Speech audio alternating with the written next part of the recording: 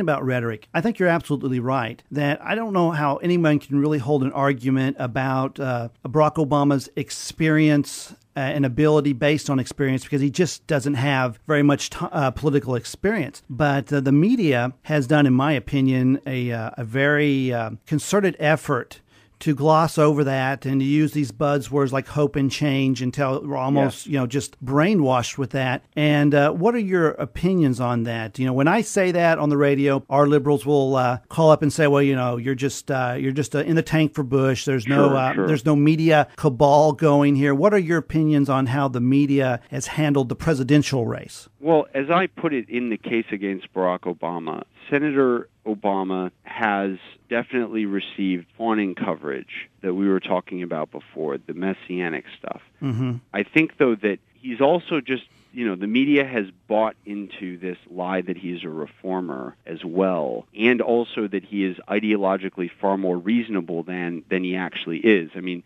look, the guy's first priority for the country is to re-legalize partial birth abortion. I mean, I don't even care what you think about abortion. That's his first priority. The first thing I'll do as president, but that's what he said. Man. That's what he said last July. Wow. So the media is peddling these myths.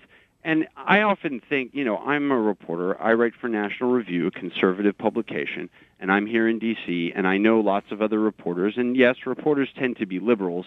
There isn't some big conspiracy out here, though, to prevent people from knowing this stuff. What happens is that liberal reporters don't see a story when a story is there sometimes because of the way they think, because they think in a liberal way. Something that might show Barack Obama is really a shrewd machine politician.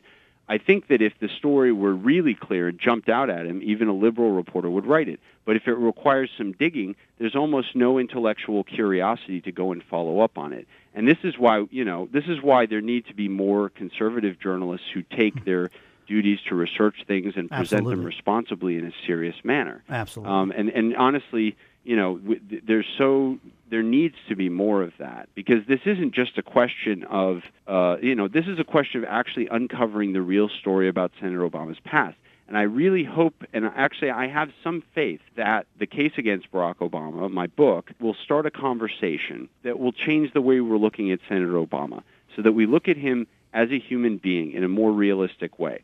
Not to demonize him, but to humanize the guy, because he's got a record, and we should be talking about it. And instead, we're talking about how he looks like Paris Hilton, and we're talking about the daily gaffes, how he says there are 59 states or whatever, and then, of course, all the crazy stuff on the Internet, false things about how he's a Muslim, and he doesn't salute the flag, and these are things that I think all of these sort of controversy-driven, day-by-day things are far less important than the fact that Senator Obama is using a multi-million-dollar media campaign to market himself as something that is not true at all, a complete lie, a reformer, an ideologically center-of-the-road politician, and also at least as someone who has the judgment to make important decisions about foreign policy, when he doesn't even have the judgment to make decisions about who his friends are going to be.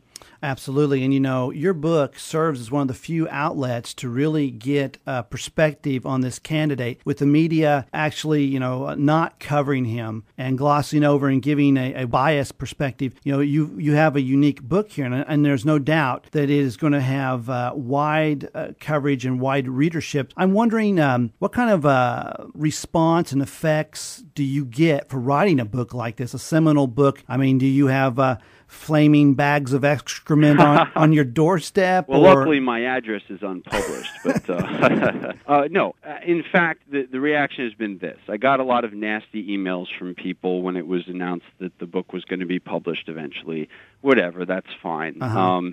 I received a lot of sort of sad, weepy emails from Obama supporters saying, how could you possibly stop us from, deprive our nation of such a great leader? And we a lot loved of those, you, David. actually. We loved you. Yeah, one of them even from a fellow graduate of Columbia's journalism school, believe it or not. I nearly wanted. Well, anyway, sorry. And then, I'll tell you what. In the mainstream press so far, the response. There has not been a negative response. In fact, there's been something of a positive one. The Politico, Ben Smith is the Obama reporter for the Politico, mm-hmm. and he reviewed my book on August 4th, And he said that, look, this is a fact-based and fair, look at Obama's record. And he gave it, I thought that was very nice to have a sort of liberal reporter writing and sort of acknowledging that, yes, Obama isn't, not only is Obama not a deity, but it does make sense for someone to come along and look at him in a critical way. Right. And believe me, the book is not, I don't feel that the book, I think there are a lot of things in here that clearly show that he shouldn't be president of the United States, which is why it's called The Case Against Barack Obama. But, the response to it has been good. A lot of conservatives have come back to me and told me that they found a lot of ammunition to argue with their friends and to point out the truth about Senator Obama. Definitely. And, a few people have expressed to me they appreciate the fact that this isn't just taking stuff off the Internet and the crazy smears that go around about Senator Obama, because those only play into his hands. Because if you start talking about those things, it's easily discredited by just about everyone, and the mainstream media pounces on that and tries to discredit all criticism of Obama by pointing out that some people are using spurious and illegitimate criticisms of him.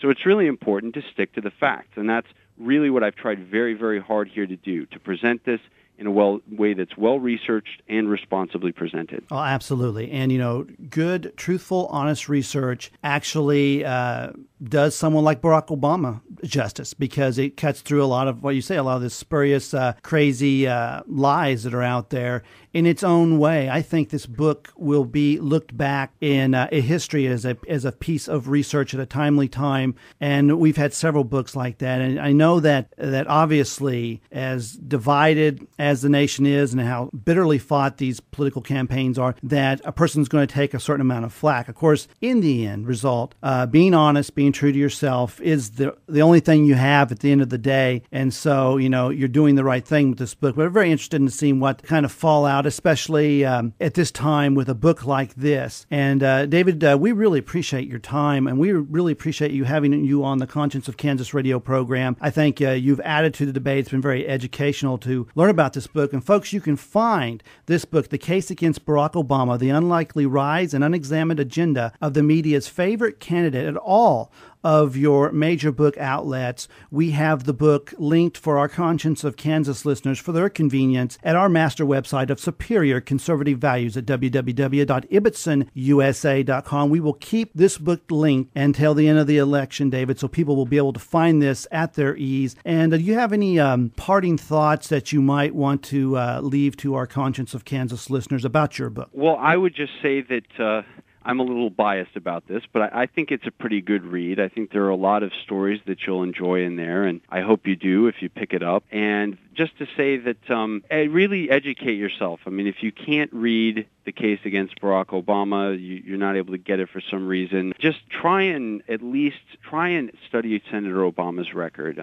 You can also read some of the coverage that I'm giving of him online at nationalreview.com, which is my home publication. Right. And I would just encourage you, don't vote without thinking. That's all. I mean, because it's fine to be whatever your beliefs are, and you still want to pick someone who is honest about who he is and what he's done. And I think that I've tried really hard also to make a case that doesn't depend on the reader's ideology, and that, I don't expect you to go buy my book if you're a liberal, but maybe, look at your friend's copy a bit.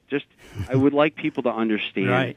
why Senator Obama is really not this guy of hope and change. Even if you still want to vote for him, don't do it just because he offers nice words about things. I mean, honestly, this is one of the things that frustrates me the most about his candidacy, is the way that people make things up to get these ideas that he's something he isn't, and that becomes the entire basis for supporting him. And I'll just stop there. Well, those are well-put words. And, we're in a great country. The United States is a great country. It's a country where we can debate things. And while we often have a lot of uneducated debate, we really have value when we have fact-based debate, where we can go and look at true facts and then decide for ourselves. And I think that's what the book does here in The Case Against Barack Obama, is that it gives us facts to look at, and people can take those facts and they can go do what they want.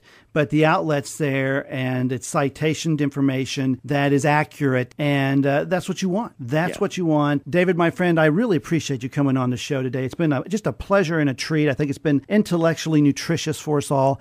And well, thanks for having me, Paul, and I'd love to come back anytime. We would love to have you back on again. And David Freddoso, we just want to thank you, and you have a wonderful day. You too, sir. Thank you. All right, ladies and gentlemen, we just got done speaking to David Freddoso. He is the author of The Case Against Barack Obama, The Unlikely Rise and Unexamined Agenda of the Media's Favorite Candidate. Now, this book, it's everywhere, Amazon.com, Barnes & Nobles, Hastings, you name it, every bookstore. We have it linked for your convenience at our master website of superior conservative values at www.ibbetsonusa.com.